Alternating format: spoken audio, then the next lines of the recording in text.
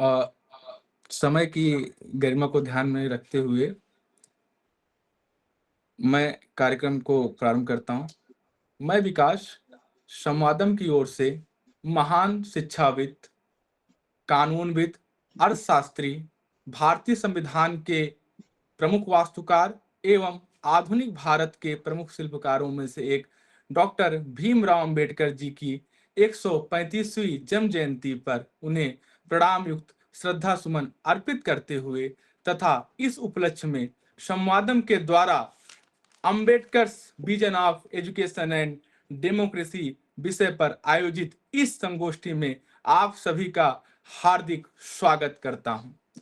संवादम 2024 से निरंतर भारत के एकेडमिक स्पेस को विमर्शपूर्ण बनाने के लिए निरंतर ऑनलाइन कार्यक्रम आयोजित करता आ रहा है। इसी श्रृंखला के अंतर्गत आज 14 अप्रैल को डॉक्टर भीमराव अंबेडकर जी की जन्म जयंती के अवसर पर Ambedkar vision of education and democracy विषय पर यह संगोष्ठी आयोजित की जा रही है। मैं अतिशय गर्व एवं उत्सुकता के साथ बताना चाहता हूं कि इस विषय पर व्याख्यान प्रस्तुत करने के लिए हमारे मध्य वक्ता के रूप में दो विद्वान इतिहासकार, जिन्होंने अपना संपूर्ण जीवन समाज एवं सामाजिक विज्ञान से जुड़े विषयों को समर्पित कर दिया, ऐसे प्रोफेसर संतोष कुमार राय सर एवं प्रोफेसर विकास गुप्ता सर की गरिमामय उपस्थिति है। प्रोफेसर संतोष कुमार राय सर, आप दिल्ली विश्वविद्यालय के किरोड़ीमल महाविद्यालय से स्नातक एवं दिल्ली विश्वविद्यालय के इतिहास विभाग से परास्नातक, एमफिल एवं पीएचडी की शिक्षा पूर्ण करने के पश्चात पिछले 3 दशक से दिल्ली विश्वविद्यालय में अध्यापन का कार्य कर रहे हैं। खालसा कॉलेज में शैक्षिक सेवा के पश्चात वर्तमान में आप दिल्ली विश्वविद्यालय के इतिहास विभाग में प्रोफेसर के रूप में कार्य करते हुए विद्यार्थियों का मार्गदर्शन कर रहे हैं। आपका आधुनिक भारतीय इतिहास में विशेषज्ञता है। निरंतर अपने शोधपूर्ण कार्यों से इतिहास को आप पोषित कर रहे हैं। Social history, Gandhian philosophy and nationalism जैसे विषय आपके अध्ययन के मुख्य क्षेत्र हैं। देश तथा विदेश में आपको विभिन्न पुरस्कारों से भी आपके अकादमिक कार्य के लिए सम्मानित किया जा चुका है, जैसे आईजी खान मेमोरियल प्राइज एवं पार्थ सारथी गुप्ता मेमोरियल प्राइज। उत्तर प्रदेश के बुनकर समाज पर आपके द्वारा लिखा गया इतिहास ग्रंथ बीबर hierarchies handloom weavers in early 20th century United Provinces इतिहास के छात्रों को निरंतर सोशल हिस्ट्री में मार्गदर्शन प्रदान करता आ रहा है। आप निरंतर विभिन्न अकादमिक संस्थानों में राष्ट्रवाद, गांधी एवं अंबेडकर से जुड़े विषय पर अपना विद्वतापूर्ण व्याख्यान प्रस्तुत करते आ रहे हैं। आपने अपने शोध, अध्यापन एवं शोध निर्देशन के कौशल से ग्रामीण क्षेत्र से आए छात्रों को प्रेरित एवं प्रोत्साहित करते हुए निरंतर अकादमिक स्पेस को लोकतांत्रिक मूल्यों से युक्त करने में सतत प्रयत्नशील हैं। आपका संवादम के इस मंच पर होना हमारे लिए गौरव का विषय है। सर, हम आपका संवादम के इस मंच पर स्वागत करते हैं और बहुत ही आभार व्यक्त करते हैं कि आपने बहुत ही कम समय में हमारे आमंत्रण को स्वीकार करते हुए अपनी सहमति प्रदान की। प्रोफेसर विकास गुप्ता सर, आप दिल्ली विश्वविद्यालय से स्नातक, परास्नातक, बीएड, एमफिल एवं पीएचडी की शिक्षा पूर्ण करने के पश्चात पिछले 1.5 दशक से दिल्ली विश्वविद्यालय के इतिहास विभाग में अध्यापन का कार्य कर रहे हैं। हिस्ट्री ऑफ एजुकेशन आपका मुख्य कार्य क्षेत्र है। औपनिवेशिक काल से लेकर वर्तमान समय में शिक्षा के बदलते स्वरूप पर आप निरंतर शोधपरक आलेख लिखते आ रहे हैं। इसके साथ आपका कार्य का क्षेत्र विस्तृत है। आप दिल्ली विश्वविद्यालय में विभिन्न प्रशासनिक पदों पर रहते हुए निरंतर इस प्रयास में संलग्न हैं कि कैसे फिजिकली हैंडीकैप विद्यार्थियों को विश्वविद्यालय शिक्षा से जोड़ा जाए। इक्वल अपॉर्चुनिटी सेल की कोर कमेटी के सदस्य के रूप में भी आप अपनी सेवा प्रदान किए हैं। आप दिल्ली विश्वविद्यालय की सर्वोच्च विधायी संस्था एकेडमिक काउंसिल के निर्वाचित सदस्य भी रहे हैं, जहां पर रहते हुए आपने छात्रों से जुड़े प्रमुख मुद्दों को उठाया। आप निरंतर देश के विभिन्न अकादमिक संस्थानों में सोशल जस्टिस एवं एजुकेशन से जुड़े विषय पर व्याख्यान के लिए आमंत्रित किया जाता रहा है, जहां पर आपने अपना विद्वतापूर्ण व्याख्यान प्रस्तुत किया है। सर, मुझे सर, संवादम के मंच पर वक्ता के रूप में आपका यहाँ पर होना हमारे लिए गौरव का विषय है। हम संवादम की ओर से इस मंच पर आपका स्वागत करते हैं और आपका आभार व्यक्त करते हैं कि बहुत ही कम समय में आपने हमारे आमंत्रण को स्वीकार करते हुए इस विषय पर अपना वक्तव्य देने के लिए अपनी सहमति प्रदान की। मैं बड़े गौरव के साथ यह बताना चाहूंगा कि दिल्ली विश्वविद्यालय के इतिहास विभाग में एसोसिएट प्रोफेसर के रूप में कार्यरत डॉक्टर सुरेंद्र कुमार जी भी श्रोता के रूप में हमारे मध्य उपस्थित हैं। सर, आपका दिशा निर्देशन और मार्गदर्शन ही संवादम को ऐसे विषय पर संगोष्ठी आयोजित करने के लिए दिशा प्रदान करता है। सर, आपका श्रोता के रूप में यहाँ पर स्वागत है। अब बिना किसी विलंब किए हुए, समय को महत्व प्रदान करते हुए, मैं इस Ambedkar vision of education and democracy विषय पर व्याख्यान प्रस्तुत करने के लिए प्रोफेसर विकास गुप्ता सर को आमंत्रित करना चाहूंगा। सर, आप इस ऑनलाइन मंच पर आएं और अपने विद्वतापूर्ण व्याख्यान से हमारा मार्गदर्शन प्रदान करें। सर, आपका स्वागत है इस मंच पर। Am I audible? Yes sir, yes sir. Okay. Thank you for this initiative. It is really a very kindly and significant endeavor. Uh, and not just because today we are commemorating the birth anniversary of Dr. Babasaheb Ambedkar, but his ideas, his initiatives have not just shaped historical trajectory, but they are also very very relevant for our own time, which I intend to argue as we proceed in this dialogue. And for me, I think it's very important to underline even at the beginning of this discussion that for Dr. Baba Sahib Ambedkar, uh, education did not simply mean, as a tool of literacy or as a synonym for literacy. He conceptualized education as an instrument of social justice, social transformation, and as an instrument to ameliorate the plight of historically disadvantaged sections. So he saw education, as the basis of democracy, and this is not simply a coincidence that today the core theme of our seminar or webinar is education and democracy, because as I will talk about in a while, one of the very important influences on Ambedkar was John Dewey, who authored a book, and it's a very, very renowned book, Education and Democracy. So it's a very, very relevant topic. I mean, for Baba Sahib Ambedkar, democracy is not only about voting. It is about an equitable everyday living. Okay, so for him, education has the potential, and it's a very liberal idea of education, that education has the potential to make or to create or to construct this kind of a democratic society, right?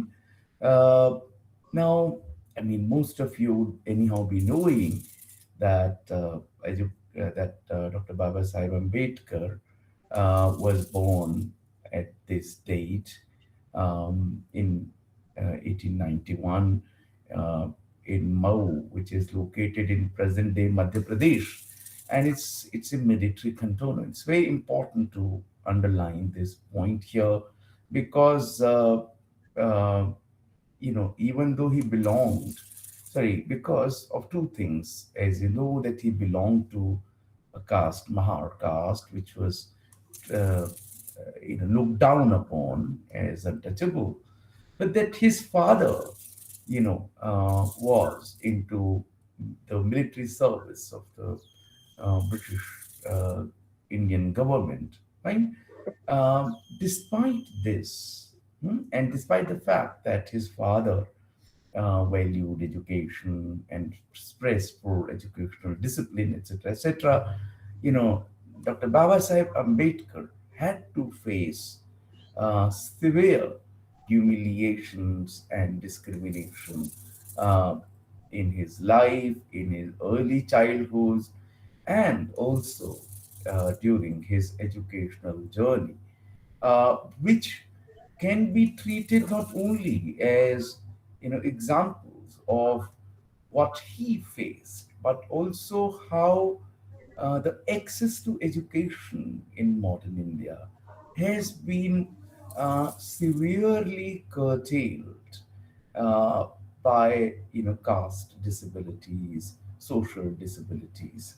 I mean, he was, and there is a lot of literature that shows what happened to him also happened with a lot of other other Dalits in that period. They were made to sit outside the classroom in sitting in the school veranda, that they were not made to drink water from the same source, or that while going to school, the cart driver, I mean the transporters, might not, I mean very often, I mean that's something that Baba Sahib recalled in his uh, what is it called, waiting for the visa. I mean the way, I mean he and his friend were stranded just because they were refused to allow the transport, and how uh, it was considered polluting to even touch the notebooks of a Dalit, or how the books were thrown upon them in the library. So there's a whole, I mean, it's very important for historians to understand these things, particularly in the midst of the debate over last 30 years or so about the colonial construction of caste, or that the caste didn't exist in the pre-colonial India, or whatever. The caste has, I mean, how severely it shaped the experience of somebody like Baba Sahib, who was extraordinarily brilliant, a gifted person. Um, um, uh, Despite all this, I must say that uh, Baba Sahib, uh, under a journey of education, was very, very remarkable. Very, very remarkable. I mean, uh, uh, from exclusion to global degrees and global recognition. I mean, he studied at Elphinstone High School um, in Bombay. This itself was a rare experience for a Dalit student in early 20th century. And then he later joined Elphinstone College. He received a scholarship from, and that's very, very important, from Gayakwad um, of Baroda, and then he went to Columbia University, um, and in 1913, there his teachers included John Dewey, a very, very renowned educationist and champion of pragmatism, the ideology of pragmatism. So we see the influence of these developments on Baba Sahib's subsequent life.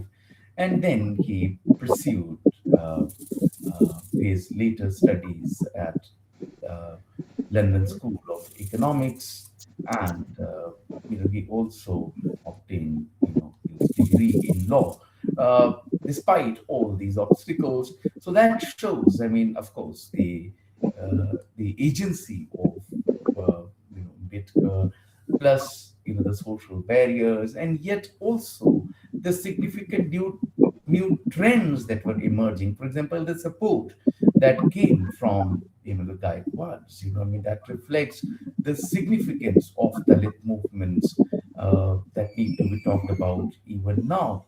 Um, and when you look at the educational ideas of Dr. B.R. Ambedkar and his philosophy, I would say that for me, it was based on liberalism. the way the liberal doctrine of education had evolved from uh, John Stuart Mill onwards and many others, um, because this liberal idea of education assigned a very progressive intent, very progressive intent and potential to education. There are two ways in which education is usually thought about. One is that education reproduces existing social order. This is the reproductionist idea, while the liberal idea is, marked by a belief in the transformative power of education. So Ambedkar saw education uh, as liberation. Hmm? He believed that education gives self-respect, it creates awareness, it helps, um, it helps oppressed groups understand their own situation, their own plight, and their own rights. In Annihilation of Caste, Baba Sahib argued that social reform must begin with intellectual reforms. Right? He saw ignorance as a tool of oppression. In his famous, and that's very important, in his famous slogan, educate, agitate, and organize, it's important to recognize that education comes first. Right? So, Baba Sahib saw education closely linked with democracy. Um, he linked education with democracy because he argued democracy requires informed citizens.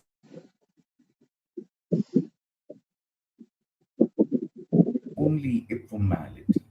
He stated that democracy is not a form of government alone, it is it living. Uh, then Baba Sahib believed that education must reduce inequality. So he saw a very close connection between, move towards equality and education. Uh, Education must not reproduce hierarchy. Therefore, he stressed state intervention in education, the role of state. And I'll come back to that after a while once again. Okay. Uh, so, what we find is that, uh, you know, Baba Sahib was a very avid reader, and therefore one can trace influences of many people on him, and yet um, um, an originality. I mean, for example, John Dewey's influence can be discerned in his ideas on education. Um, at the same time, we also see both similarities as well as, I would say, further sharpening of the ideas that were put forward in the 19th century by Jyotirao Phule. Um, um, and we also see the influence of Buddhism, Gautama Buddha on Ambedkar. This perspective of this, the way he linked the question of uh, historical marginalization with political claims, and the way he took up the question of Brahmanism was it con- was an application that was uh, that has far-reaching consequences. And Baba Sahib um, was a very, very solid, um, builder of organizations and institutions. So, besides being associated with many colleges, etc., etc., he also writing theoretically and historically about different issues. He built institutions and organizations.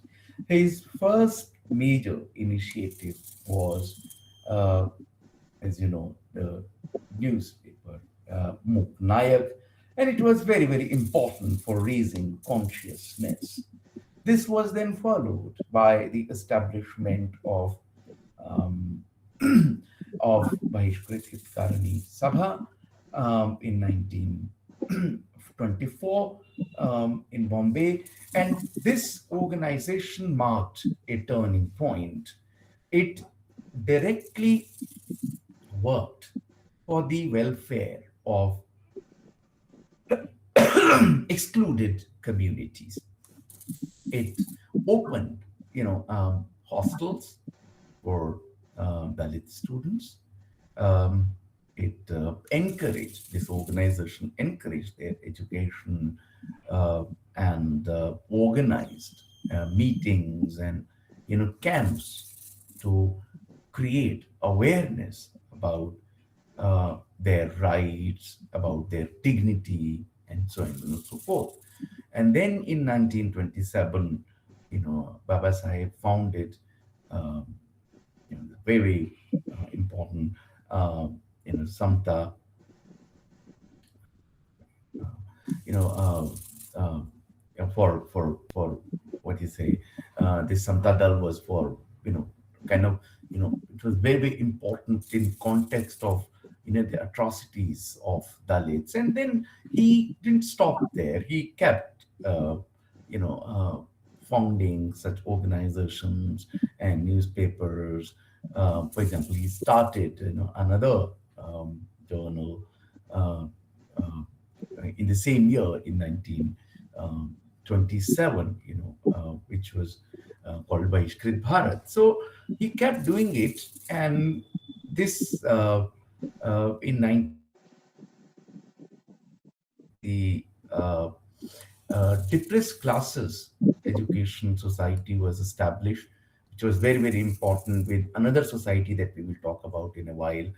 And then, in 1930, as you know, he formed, All India Depressed Classes Congress. And this was very important because then it acquired a space in the Roundtable Conference, right?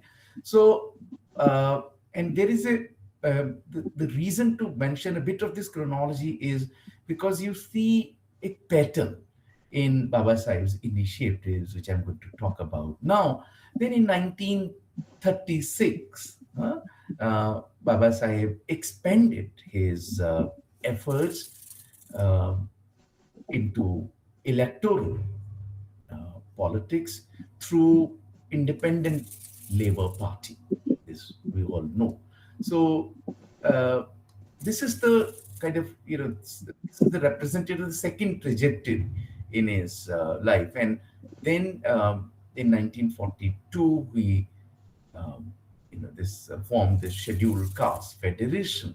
Uh, but a major shift is visible in in the mid 1940s, when, for example, in 1945, Baba Sahib founded People's Education Society. Okay, huh? So this became one of his most important. People's Education Society became one of the most important contributions. It focused on higher education. It aimed to provide modern, modern modern scientific and professional education to marginalized communities. Under this society, that is, this education society, Baba Sahib then also started Siddharth College in Bombay in 1946. So this institution was meant to create an educated leadership amongst the oppressed castes and people. So, and then the Milan College that further expanded the efforts of the society in 1950. In the final phase, as you know, that I mean, he founded. I'm not going to talk about much the Buddhist Society of India, but this, but what you find is that, say, in the Bombay Legislative Assembly discussions and at other places at the time of the Simon Commission, I mean, Baba Sahib is talking about elementary education for everybody, including Dalits. But by 1940s, I mean, he started making concerted effort to promote higher education. Of course, this does not mean that he shunned the cause of elementary education. In fact, that's one of his very, very important contribution. But before I come to that, the other related point that's worth mentioning here is that even though for higher education, Baba Sahib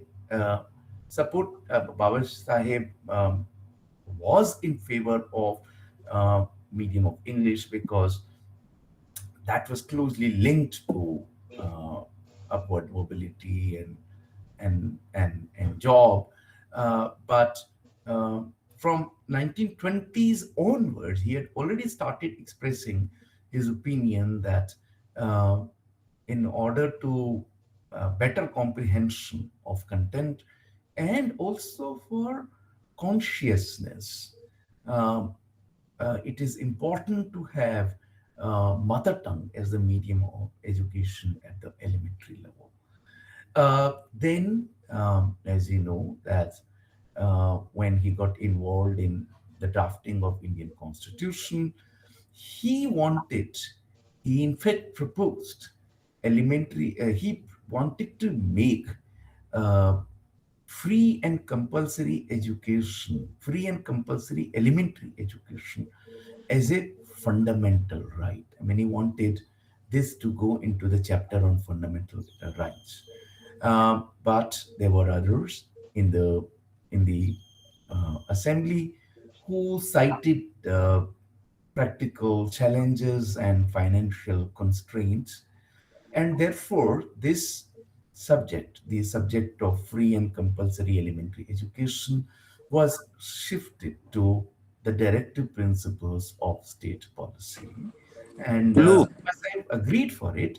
However, it's very, very important to underline 3 points here before I conclude this talk.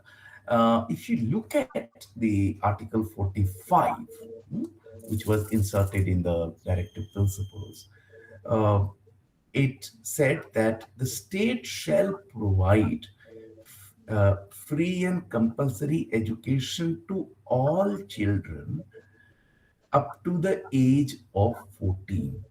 And this is a very within 10 years from the commencement of Indian Constitution.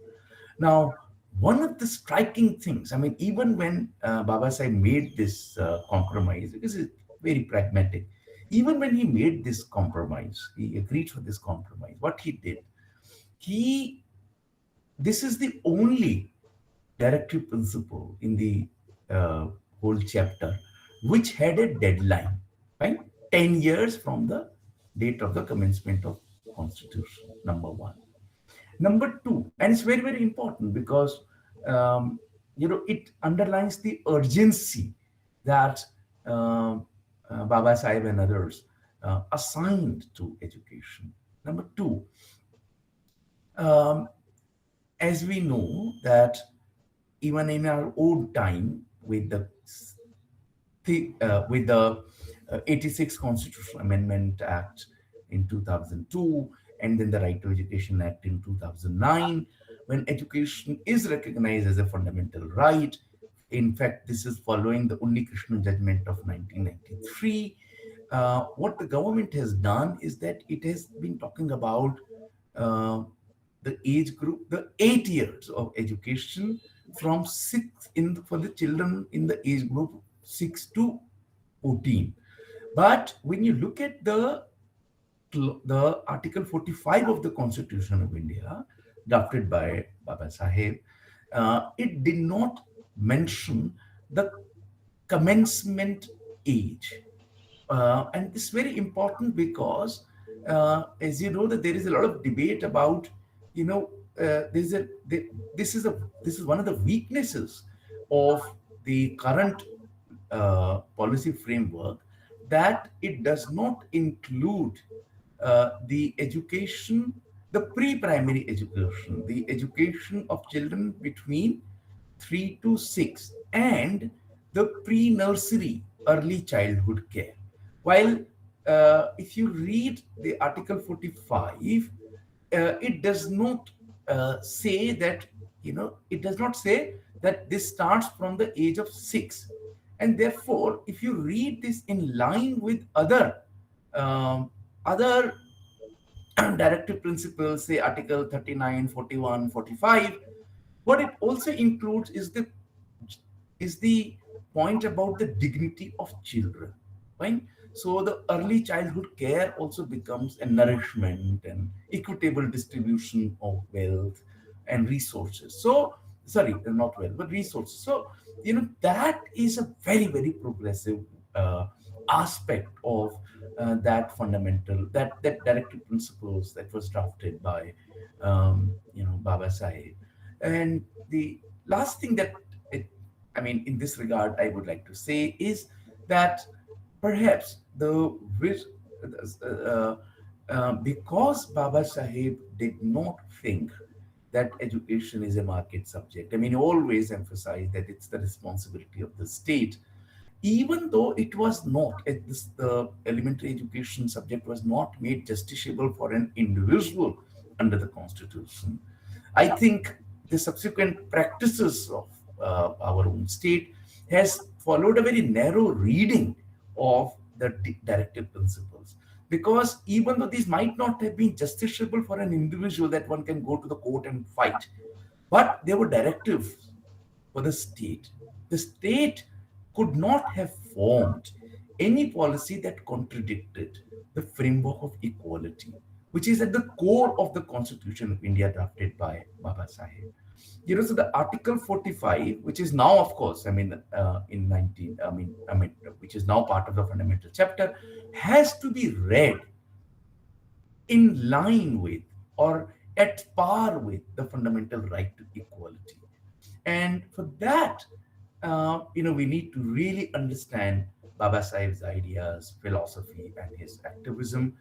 And I think for me today, these are the 3, 4 takeaways. When you look at Baba Sahib's work, Baba Sahib's ideas, that education can transform. It has the potential. It can transform people. It can transform society. It can liberate. It has. It is an instrument of power. It is an instrument of liberation as well. But it has to be liberal in orientation. And this liberal with L capital is very, very important. It has to be aligned with the ideas of democracy, critical thinking, scientific attitude, and so on and so forth. And that education is not uh, education is not simply about the progression of an individual. It is a social good. It is a public good. And therefore, education cannot be left in the hands of private players. Education has to be provided by the state, because it is the state that can ensure equitable quality of education. It is the state which collects taxes from everybody and no other organization. I think with this, I stop here once again, and thanks a lot for giving me this opportunity. धन्यवाद sir आपका। बहुत ही कम समय में आपने Ambedkar vision of education and democracy विषय पर अपना सारगर्भित व्याख्यान प्रस्तुत किया। लगभग 30 मिनट के अंतर्गत ही सर आपने बाबा साहब अंबेडकर के प्रारंभिक जीवन से लेकर उनके द्वारा स्थापित सिद्धार्थ कॉलेज, मिलन कॉलेज और कॉन्स्टिट्यूशन में उन्होंने एजुकेशन, फ्री और एलिमेंट्री एजुकेशन को कैसे शामिल किया और उसके पीछे उनका क्या विचार था, इस पर आपके द्वारा बताई गई जानकारी हम सभी के लिए महत्वपूर्ण है। और अंत में आपकी कही गई बात कि शिक्षा को हम कभी भी निजी संस्थानों को नहीं दे सकते हैं। शिक्षा हमेशा राज्य का विषय होना चाहिए, क्योंकि राज्य हमसे कर लेता है तो राज्य की जिम्मेदारी है कि हमें निशुल्क और अच्छी शिक्षा प्रदान करे। और आपने प्रारंभ में जो बात कही कि शिक्षा सिर्फ साक्षरता नहीं है, शिक्षा सोशल जस्टिस और सोशल फॉर्मेशन, सोशल प्रोसेस से जुड़ा विषय है। सर, आपका बहुत बहुत धन्यवाद। आपका दिया गया यह व्याख्यान और यह विचार उत्तेजक व्याख्यान हम सभी के लिए महत्वपूर्ण है, और हम आपके इस दिए गए व्याख्यान को अपने जीवन में भी उतारने का प्रयास करेंगे और इस दृष्टिकोण से सोचने की भी कोशिश करेंगे। अब हम बिना किसी प्रकार की देरी किए हुए प्रोफेसर संतोष कुमार राय सर को संवादम की इस ऑनलाइन मंच पर आमंत्रित करना चाहूंगा। सर, आप आए इस मंच पर और इस विषय पर हमारा मार्गदर्शन करें। सर्वप्रथम मैं आयोजकों का बहुत बहुत आभारी हूँ कि इस मौके पर मुझे आमंत्रित किया गया। The title of my talk is doctor Baba Sahib Bhimrao Ambedkar, a Democrat and a human rights activist.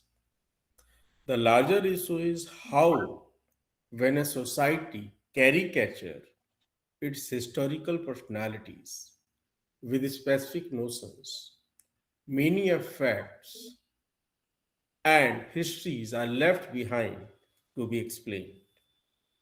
In fact, processes of resistance and identity formation by victims picks up the very vocabulary of the oppressors only, but in a repulsive manner. If we go by the contemporary imagination about Baba Sahib Bhimrao Ambedkar's vision of social justice, then it is very reductionist and very parochial interpretation, because he is merely seen as a Dalit leader of India. I argue that rather than actual actions of Baba Sahib and their interpretation within his historical context, it is very much construction of his afterlife in post-colonial India that neglects his democratic legacy and his lifetime contribution. In fact, Baba Sahib was basically inscribing the transformation of the social principles governing Indian society rather than only creating a vision for Dalits of India. Historically, his activism requires to be situated in his cosmopolitan experience of family tradition in military service, school and graduation level education in the metropolitan city of Bombay, and his higher educational journeys across the global cities of Chicago and London. W.S. Dubai's interaction with Chicago and the liberal city of London were his young impressions. And at the same time, we should not forget that his surname Ambedkar was adopted after the name of his village and his Brahmin teacher. This cosmopolitanism gets invoked constantly throughout his life. For example, in Mahar Satyagraha itself, he was citing principles of French Revolution and gets past Declaration of Human Rights before demanding abolition of the caste system. Yet, in post-colonial India, his legacy has been polarized on caste lines. Here, we require to understand that for Dalit communities of post-colonial India, Baba Sahib is a symbol of Dalit assertion. And for this very reason, out of affection, out of respect and admiration, countless statues of him have been built. And the dress is remarkable. Here, the dress is modern, a western suit and tie, with a book under his arm. In fact, it is not only the statue building, the folk songs, poems, and calendar art. He has been holding a place of pride. For generations, his bold, secular, and emancipatory ideas inspired many low caste activists and writers, many of whom recall their lives in before and after Ambedkar phases. It's mean before they did not know about Baba Sahib and after they came to know about Baba Sahib and his ideas. When Om Prakash Valmiki, the celebrated author of Juthar, A Dalit's Life, first read about Baba Sahib's life and work, he spent many days and nights in great turmoil. He grew more restless. His stone like silence began to melt, and an anti-establishment consciousness became stronger in him. Ambedkar gave voice to muteness of Valmiki and raised his moral outrage and self-confidence. Baba Sahib has become more visible than ever in the new millennium, 21st century, when human rights are being constantly demeaned and challenged. A growing number of scholarly and popular books, websites, magazine articles, and popular film, theater, and artworks brings testimony to this idea. Jabbar Patel's film Dr. Baba Sahab Ambedkar, Arvind Ghosh's play Ambedkar or Gandhi, and Bhimayan, the critically acclaimed graphic novel by Subhas Vyam and Durgabai Vyam, are some of the examples. Baba Sahib even topped a poll ranking the greatest Indians conducted by Outlook magazine 2012. Over the last few years, parks, freeways, townships, schools, and universities across India, even a football stadium in Delhi, had come to bear his name, apart from countless many memorials and memoirs. In fact, this resurgence is not only about Baba Sahib Ambedkar. This resurgence is about empowerment in parts of mainstream culture. Here, politicization of the lower caste in recent decades and their contribution to mainstream politics is something which denotes that Baba Sahib is not merely a symbol for asserting the pride in public parks and plazas in towns and cities. In fact, he is still seen as a leader of only the lower caste in the mainstream discourse. Itself is a symbol of the motivations that underlies any description of the symbol, and which communities do and do not take offense to such description. Here, we also require to understand that here is a class of educated and self-confident Dalit scholars, activists, and artists who have paid raising voices in the academy, civil institutions, media, and other elite cultural spaces, such as literary festivals, art galleries, and branded publishing. Popular thinkers and writers like Narendra Jadhav, Anand Teltumunde, Sarang Kumar uh, Limbale, Meena Kandaswamy, and Chandrabhan Prasad. They have been invoking Baba Sahib in their social analysis and creative works, even as they continue to take Brahminical India towards a long overdue reckoning with its past. And here we also require to understand the diffusion of Western modernity through the many pathways of globalization, including economic, cultural, and technological ways, has now produced a new identity where an individualistic and egalitarian ethos is not creating sympathy, but sense of empowerment. That is the afterlife of Baba Sahib. Yet, we require to understand that caste hierarchies requires to be explained. We require to understand हाँ that जितना भी Baba मतलब Sahib काफी did time not लगे कोई endear तो himself to वो बोले कि caste इसका दो Hindus in विकल्प है, his या तो जगह के हित के lifetime. लिए He ऐसे जैसे berated बोले upper कि caste मुझे घर के reformers बाथरूम बना for देना है, merely ऐसे tinkering खड़ा around the edges of the विशाल का caste विकल्प system. दिखते हैं तो This फिर was the कोई main reason for his difference with है Mahatma कि Gandhi. हम बनाते That is हैं why he तो publicly दो burned मिनट लगे। the Shastras अब and led एक a पुरुष को mass बाथरूम में conversion गेट to लगाना है, Navayan किसी का जो Buddhism, गेट लगाना है which he उसे बोला। claimed was better adopted than Hinduism for the modern age. He fought against the defenders of patriarchy with the Hindu Code Bill, which sought to ban polygamy and advance the rights of women, especially upper caste women, citing as justification not so much as per modern Western standards as the most liberal practices from the subcontinent's own past.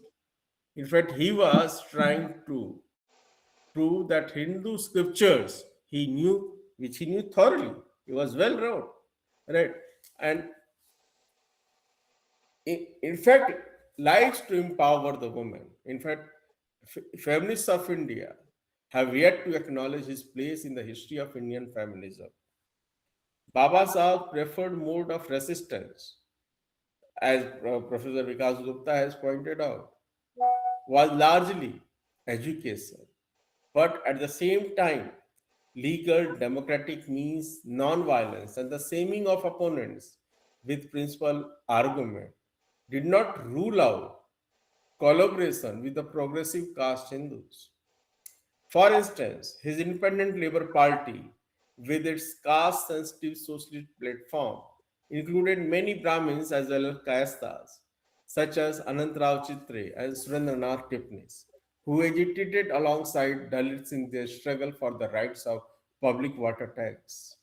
G.N. Sahasrabuddhe, a Brahmin, was appointed the editor of Janta, a weekly Baba Sahib established in 1930. Baba Sahib understood that India's deep entrenched social inequalities and caste loyalties were serious obstacles to democratic participation and a shared sense of citizenship and nationhood. A reformer who defies society, he wrote in the Nation of Caste, is a much more courageous man than a politician who defies the government.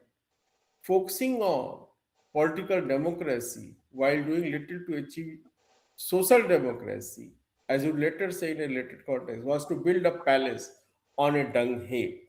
For him, basic outcome of all the democratic discourse should be the achievement of social democracy rather than merely political democracy. Thus, Baba Sahib had a similar sense of the urgency of emancipating the depressed classes through anti discrimination laws and enabling equal access to public spaces such as wells, schools, temples, village squares, transportation, and crematoriums. He understood that social exclusion is the key to the political exclusion. In fact, we require to understand privatization of the downtrodden is the easiest way to exclude them from political participation. If we allow, as Harvard Jagarwa says, we requires access to public sphere to be politically active. His activism was based on a conception of the colonial public rather than a primordial conception of community for which he is blamed by his critics. He was envisioning a colonial public, a modern public. When Baba Sahib locates Dalits of India in a global history of dehumanization, he was referring not only to the slavery in the Greco-Roman period, but also the American plantation slavery. This was continuation to Jyotiba Phule's reference to American slavery in his Ghulamgiri. We should also understand that his demands for public access for downtrodden was an attempt to lay the foundations of a civic society in India to be based on principles of equal contact between citizens. That is the very ground of formation of a civil society. Civil society can't be hierarchical. It has to be an association of equals. That is why in 1920s, Baba Sahab, when he was leading temple entry movements, he was not seeking and worried about a religious right to enter and worship in the temples. Rather, he was equating temples, as Anupama Rao says, with other enclosed public spaces. Temple is a public space, like a school, hotel, or tea shop. That is why temples should not be carrying a basic sacrality as per his notion of temple entry. He was talking about item of equal access rather than claim for equality of worship. This is the basic foundation of idea of citizenship, that all the citizens carries equal right to access the public sphere. Here we should also remember that problem solving mattered to him more than ideological commitments. Influence of his academic mentor at Columbia University, John Dewey, a noted philosopher of pragmatism, is clear. Pragmatism school is a philosophical approach which talks about relationship between truth and reality. And you will be amazed to know that this pragmatism, European pragmatism, has strong affinities with Buddhism, especially the thought of the early Mahayana philosopher Nagarjuna. Yet, Baba Sahab's Buddhism did not accept scriptures of the Theravada, Mahayana, or the Vajrayana in totality because he did not believe in the necessary belief of traditional Buddhism that a person's conditions at birth are the result of previous karmas. It's mean as Gandhi was modernizing Hinduism, Baba Sahib was also modernizing Buddhism. Most of the people believe that Baba Sahib appropriated Buddhism as it was. No, he knew the weaknesses of Buddhism too, and he opted for a modern form of Buddhism. His writings clarify that he wanted to combine Buddhism with democracy and socialism in the specific context of Indian society because ultimately he believed in a democratic system of government and power to the people were always had been a major concern for him. He was very clear that unless citizens have power in their own hand, there could be no democracy. That is why he talks about four premises of democracy, where the citizen remains at the center. The individual is an end in itself. Number two, the individual has certain inalienable rights which must be guaranteed to him by the Constitution. Then, number three, the individual shall not be required to relinquish any of his constitutional rights as a price of any privilege. And the state, this is the last, fourth but not the least, the state shall not delegate power to private persons to govern other persons. This is very important idea. The core of Baba Sahib political thinking is contained in two of his statements. Rights are protected not by law but by the social and moral conscience of the society. And number two, a democratic form of government presupposes a democratic form of society. It means a democratic government pre as a pre-stage requires a democratic society. So social consciousness is the only safeguard of all rights, whether rights are fundamental or non-fundamental. The prevalent view, the political theory that once the rights are enacted in a law, they are safeguarded, was not acceptable to Baba Sahib because the formal framework of democracy is of no value. Democracy, as per Baba Sahib, is essentially a form of society, a mode of associated living. The roots of democracy are to be searched in the social relationship, in the terms of associated life between the people who forms our society. Thus, Baba Sahib, as Professor Vikas Gupta has pointed out, believed that only education can create awareness and uplift the oppressed masses. He argued giving education to those who want to blow up the caste system will improve the prospects of democracy in India and put democracy in safer hands. Thus, he prescribed education, organization, and agitation for the progress and empowerment of the oppressed masses. This vision becomes humanist when he rightly identified that the progress of the community is measured by progress of its women. In his address in the All India Depressed Classes Women's Conference at Nagpur on 20 July 1942, he said, "Let each girl who marries stand up to her husband, claims to be her husband's friend, equal, and refuses to be his slave." He sensed that women were treated as mere tools to bear the burdens of the family, restricted to the role of bearing children and fulfilling duty of a wife or mother. Division of labor is not in the favor of women. As a result, Indian women have lost their identity. That is why he quoted from ancient Shastras to prove that education was denied to women in ancient times itself. It was an injury because without any justification, women were denied the right to acquire knowledge, a birthright to every human being. Similarly, he was passionate to ensure democracy and justice for minorities. He believed that minorities, Dalits, Anglo-Indians, or Sikhs, in the Indian context, ought to have greater representation in a legislative body than their actual share in the population. If the minorities were not to be cursed and overwhelmed by the communal majority, then we require to ensure greater representation in the legislative bodies. In fact, Baba Sahib goes beyond Western liberalism to offer democratic multiculturalism invoked from his Indian experience.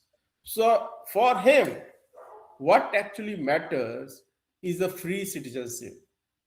Here, one should remember that Baba Sahib had to address two constituencies, one of the oppressed people and second of the oppressors. And he could negotiate with both only if he would have not been merely a caste leader. He was a cosmopolitan leader. That is why both the oppressed and oppressors had to carefully listen to him. And apart from that, as Ajay Sakaria and S.R. Kumar, two great scholars of Gandhi and Ambedkar, have pointed out, these two Indians were also trying to create a- an ideology of the global south against the Eurocentric idea of democracy. It was the genius as well as global experience of Baba Sahib that he could speak not only to his own creed, but his Western education and his dedication to the democratic processes w- were discovering the solution of social problems within the society itself. That is why he was constantly trying to engage those in authority. Here one tends to compare Ambedkar with Gandhi in their historical context. In fact, both were products of a colonial modernity and both were Western educated liberals. Both kept their struggles within the paradigm of nationalism and democracy. Both celebrated diversity and both subverted linear processes of politics of their time. Differences were there at the level of experience. Gandhi was merely a victim of racism abroad, and Baba Sahib was victim of caste in his own society. In many ways, Baba Sahib's afterlife in India parallels that of Martin Luther King Jr. in the United States. Like caste Hindus with Ambedkar, white Americans too did not see Martin Luther King Jr. as their benefactor. After all, in confronting white supremacy and its physical and emotional violence, Martin Luther King Jr. was also trying to humanize white Americans. Even today, the quality of Martin Luther King Jr.'s reception and emotional resonance varies sharply across racial lines. And here, as far as leading national figures are concerned, we require to understand Ambedkar had to overcome enormous personal odds, caste humiliation, poverty after retirement of his father when Ambedkar was merely a 4 year boy, the death of four of his five children. He also pioneered a critique of Indian society based on Enlightenment values of liberty, equality, and fraternity, values that he situated in India's own ancient traditions, most notably in Buddhism. He was more of a secular rationalist with a far more sophisticated sense of history, economics, and philosophy. This aspect of Baba Sahib was rooted in a worldly inclusive, resonant, secular, and radical egalitarianism, coupled with bracing civil rights, ideas of social justice and dignity. In fact, problem is the mainstream scholarship and opinion builders have appropriated Baba Sahib and his thoughts merely in terms of Dalit discourse.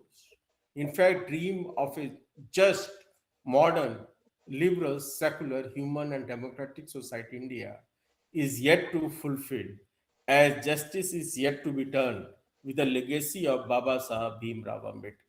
Thank you. हाँ, sir आपको बहुत बहुत धन्यवाद। आपने बहुत ही कम समय में लगभग 30 मिनट में डॉक्टर भीमराव अंबेडकर जी, बाबा साहब भीमराव अंबेडकर जी के विचारों को लेकर और वर्तमान समय पर किस तरीके से आइडेंटिटी फॉर्मेशन हो रहा है, उस पर आपने बहुत ही सारगर्भित व्याख्यान प्रस्तुत किया। जिस तरीके से आपने डेमोक्रेसी का मतलब बताया कि सिर्फ डेमोक्रेसी का मीन्स पॉलिटिकल डेमोक्रेसी नहीं है, डेमोक्रेसी का मतलब सोशल डेमोक्रेसी, ऐसा बाबा भीमराव अंबेडकर चाह रहे थे।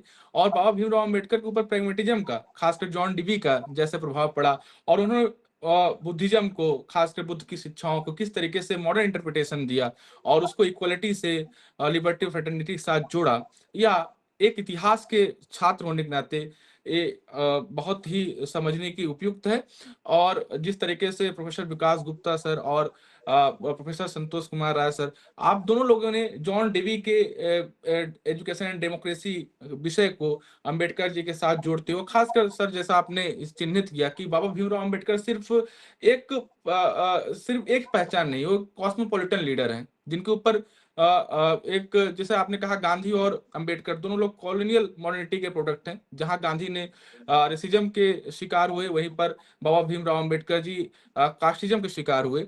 लेकिन दोनों के ऊपर इस किसी प्रकार के विचार का प्रभाव नहीं रहा। उनका सोचने का पूरा जो नजरिया रहा, वह उनका पूरा दृष्टिकोण एक विश्वपरक दृष्टिकोण रहा। सर, आपका इस वक्तव्य के लिए बहुत बहुत धन्यवाद। आपका यह दिया ज्ञान एक इतिहास के छात्र होने के नाते और सोशल साइंस के स्टूडेंट होने के नाते हम सभी के लिए बहुत महत्वपूर्ण है। हम अपने इस मंच के माध्यम से उन सभी लोगों से क्षमा प्रार्थी हैं, क्योंकि जुड़ने की सीमा सिर्फ 100 है गूगल मीट में, और अब बहुत से लोग जुड़ना चाह रहे थे लेकिन वो जुड़ नहीं पाए। उनसे हम क्षमा मांगते हैं और हम आपको आश्वस्त करते हैं कि हम इस कार्यक्रम की वीडियो रिकॉर्डिंग भी कर रहे हैं, और हम अब संवादम यूट्यूब चैनल के माध्यम से आपको इस कार्यक्रम में पूरा रिकॉर्डिंग उपलब्ध करा देंगे। तो आप वहां पर जाकर इस दोनों सारगर्भित, विद्वतापूर्ण, विचार उत्तेजक व्याख्यान को सुन सकते हैं। अब हम कार्यक्रम की अगली कड़ी में आमंत्रित करना चाहूंगा चंद्रजीत सिंह जी को। चंद्रजीत जी आप आए और धन्यवाद ज्ञापन प्रस्तुत करें। धन्यवाद विकास। और मेरा एक सवाल है कि अभी क्या क्वेश्चन आंसर सेशन होगा? Yes, yes, yes. हाँ हाँ हाँ। कृपया proceed करें। अ, अगर आप लोगों में से किसी भी प्रकार की कोई भी समस्या है, अगर आप कुछ जानना चाह रहे हैं, तो आप प्रोफेसर विकास कुमार गुप्ता सर से और प्रोफेसर संतोष कुमार राय सर से, दोनों लोगों से प्रश्न कर सकते हैं। कमेंट बॉक्स में प्रश्न लिख सकते हैं या फिर आप रेज हैंड करके भी आप प्रश्न पूछ सकते हैं। हाँ हाँ, अभिषेक यादव जी, आप कुछ पूछना चाह रहे तो आप पूछ सकते हैं। अभिषेक। Uh, Sir, my question is, how did D.R. Ambedkar ji conceptualizes the relationship between education and morality in shaping an ethical social order, particularly in the 20th century, which is marked by the paradox of educated elites which are participating in scale violence in world wars. Also, to what extent did he view educational morality not merely as a means of social mobility, but as a normative framework for dismantling caste and confronting the ethical failures of modern technocratic knowledge? जी, आपका सवाल किससे है? आप किससे प्रश्न करना चाह रहे हैं? Professor SK. राय सर से या प्रोफेसर विकास गुप्ता सर से? ये सवाल तो प्रोफेसर विकास गुप्ता जी से ही है। No, I think दोनों में से, I mean, anybody can respond to this. Mr. Rai can also have spoken about some very important aspects of education. Um, so I think we both can add. Uh, well, I think, when he highlights the dehumanizing treatment to uh, Dalit children, uh, he presents a new framework of ethicality and morality, because it is not simply about the fact that Dalit children were being discriminated. What it raises is a very fundamental question about the ethicality of those who are doing it. I mean, after all, education has to be a humanizing exercise. So, I I mean, the questions of ethicality becomes more important. I mean, as much as I understand, in Baba Sahib's writings, gradually from oppression to ethicality. But I think that oppression in itself is to be viewed as a framework of ethicality. We have really not thought of oppression as a framework, as an epistemological and experiential framework of ethicality.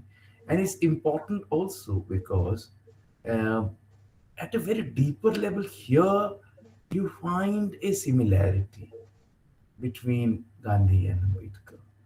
Why? Because they both were rejecting the shastric ethicality. Not if not reject. I mean, in the case of Ambedkar, maybe rejecting. In the case of undermining over practical practical ethicality. Fine. So when you have to adopt the framework of practical, a theoretical framework that is based on operation, I think then it provides you a completely new framework to look at. I mean, how can a person be ethical if he or she is an oppressor?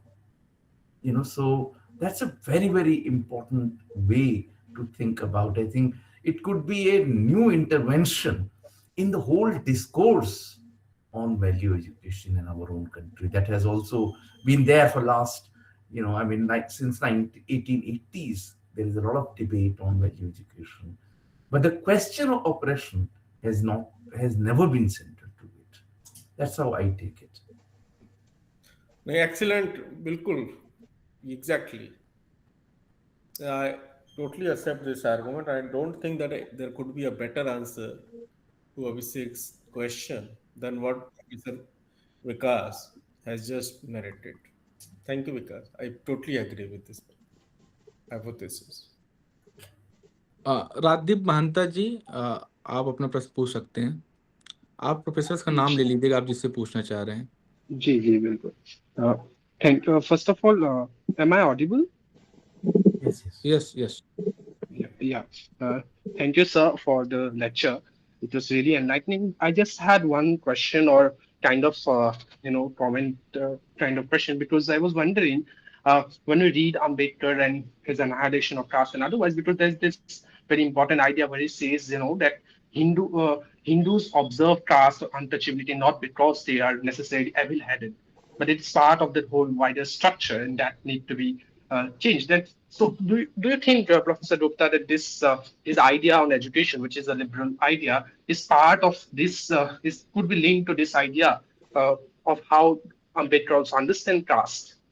I mean, the conception of caste that Ambedkar understands, can we say that is quite deeply linked to how he also understands education as that tool for? Yeah. Thank you. Yeah, to be frank, I think Santosh will have to pitch in here, but um, even though education in Baba Sahib's work is very important, uh, he has not voluminously theorized on education. And now, what you are highlighting is basically linking the question of education with caste, and I mean, is it through education that caste is constructed?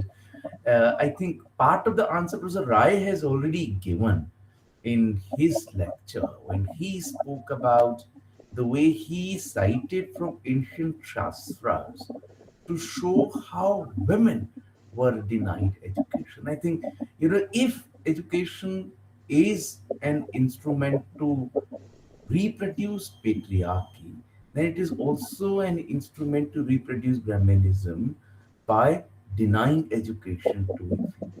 So I think, I mean, that much I can see. It's the same logic, that if you deny someone the access to education, then you reproduce inequality in society. I think, I mean, that is how I would look at it, perhaps. Yes, and if we go by Baba Sahib's idea of graded hierarchies, he says that Indian society has been structuralized in such a manner that here we are not just observing hierarchies.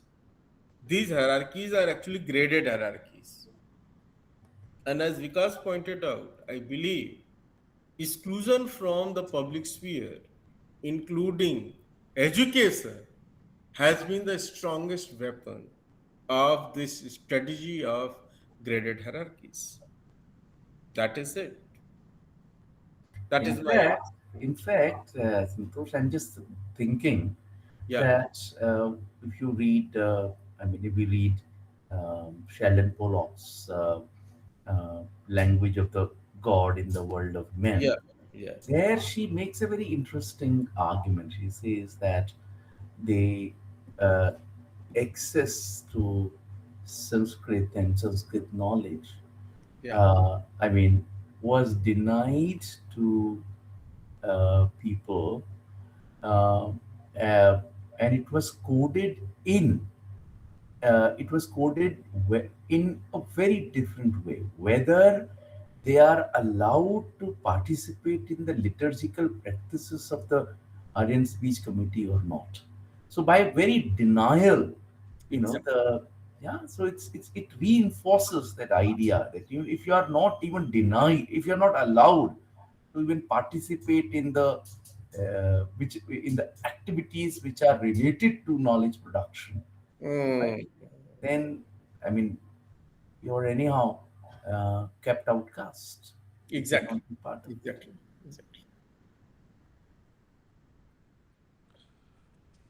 Sir, Amit का प्रश्न है कि doctor Bhimrao Ambedkar ji ने भारत छोड़ो आंदोलन का विरोध क्यों किया था? उनके द्वारा किए गए विरोध का क्या कारण रहे होंगे? सर, ये अमित का क्वेश्चन है, तो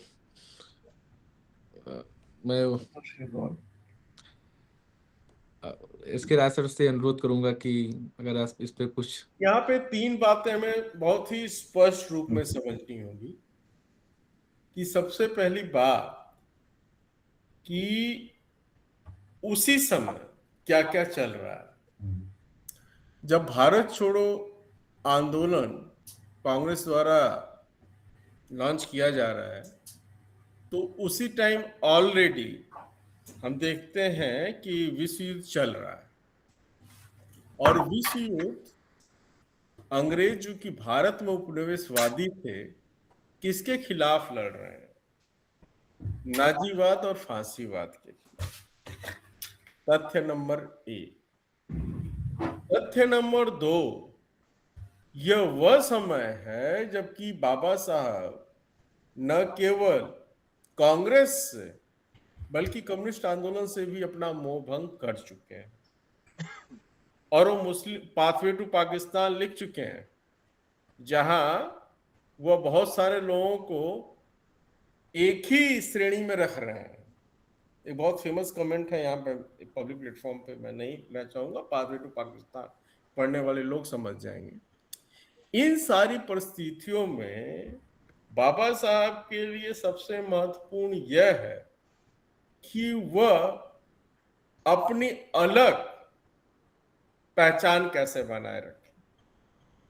क्यों? क्योंकि भविष्य में आपके संवैधानिक नेगोशिएशंस होने वाले हैं और आपको एक बार्गेन करना है, जहां आप केवल कांग्रेस के साथ अपने आप को नहीं दिखा सकते, आप मुस्लिम लीग के साथ नहीं दिखा सकते। और भी बहुत सारे लोग थे, बहुत से दल थे जो भारत छोड़ो आंदोलन का समर्थन नहीं कर रहे थे। यहाँ पे महत्वपूर्ण बात यह है कि ये सभी लोग भारत छोड़ो आंदोलन को एक राष्ट्रवादी आंदोलन नहीं मान रहे, कांग्रेस का आंदोलन मान के चल रहे हैं। इस बात को हमें समझना पड़ेगा और उनको यह बात बहुत अच्छी तरह समझ में आ रही है कि अब कुछ ही वर्षों में या कुछ ही महीनों उपरांत, क्रिप्स मिशन तो 1942 में ही आता है ना, तो उस वक्त जो संवैधानिक वार्तालाप होगा उसमें अपनी एक्सक्लूसिवनेस या जिसको हम कहें बार्गेनिंग पावर बनाए रखें। ठीक है ना? आप अब वही बात है कि यहाँ पे एक बहुत फेमस कमेंट रहा है कि आप किसी संगठन को राष्ट्र के बराबर मान लेते हैं या किसी विचारधारा को राष्ट्र के बराबर मान लेते हैं और बाकी सभी लोग जो उस विचारधारा से सहमत नहीं है वह राष्ट्र विरोधी मान लिए जाते हैं। संदर्भ में हमें समझना पड़ेगा, न कि व्यक्तिगत आक्षेप की राजनीति के तहत इस समर्थन और विरोध की राजनीति को समझना होगा। यही मेरा उत्तर। धन्यवाद। धन्यवाद सर आपका। अब मैं इस कार्यक्रम को आगे बढ़ाते हुए चंजीत जी को आमंत्रित करूंगा कि वो आए और धन्यवाद ज्ञापित करें। बहुत बहुत धन्यवाद विकास जी। धन्यवाद ज्ञापन के क्रम में मैं आदरणीय एवं सम्मानित वक्तागण, विशिष्ट अतिथिगण, विद्वत समुदाय के सदस्य, शोधार्थी साथियों तथा उपस्थित सभी श्रोता साथियों को मेरा सादर नमस्कार। आज संवादम द्वारा आयोजित अत्यंत महत्वपूर्ण एवं विचार उत्तेजक व्याख्यान Ambedkar's vision of education and democracy के सफल आयोजन के समापन पर मुझे धन्यवाद ज्ञापित करने का सौभाग्य प्राप्त हुआ है। यह कार्यक्रम एक शैक्षणिक आयोजन ही नहीं बल्कि विचार विमर्श और लोकतांत्रिक मूल्यों के पुनर्स्मरण का एक सशक्त मंच सिद्ध हुआ है।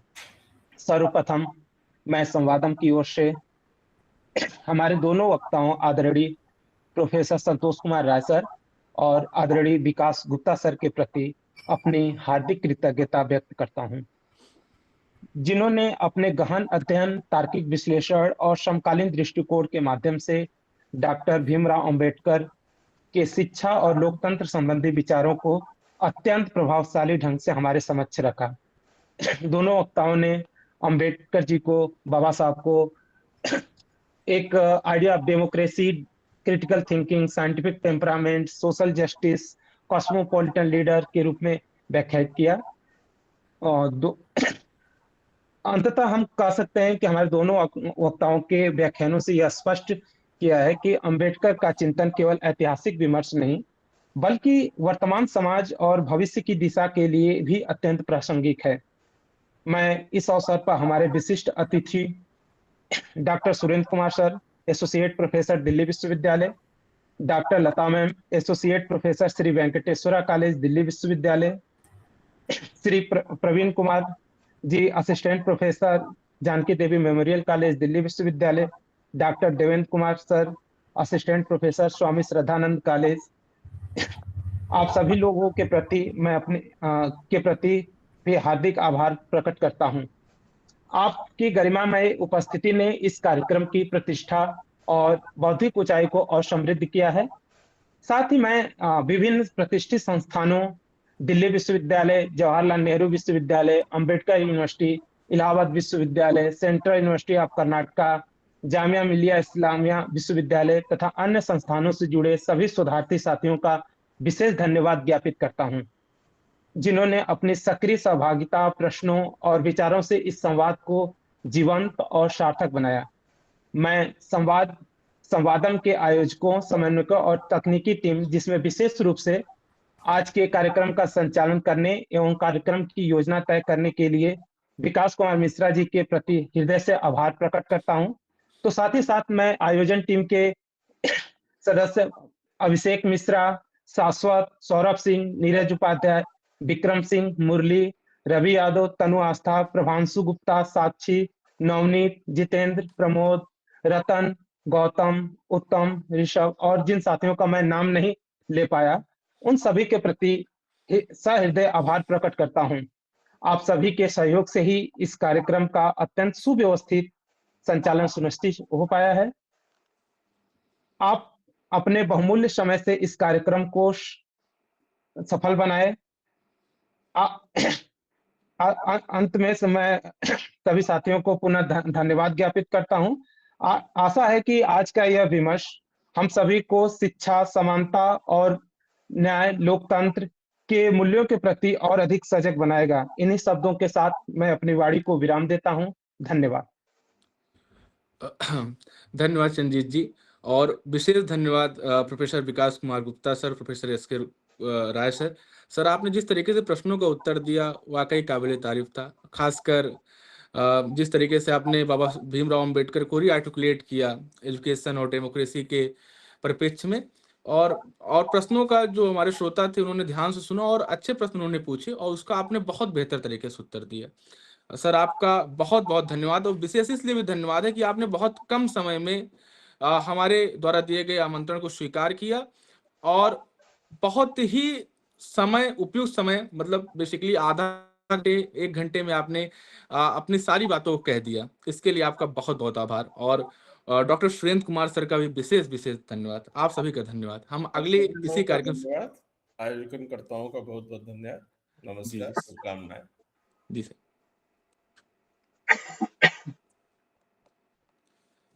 तो हम लोग इस कार्यक्रम को अब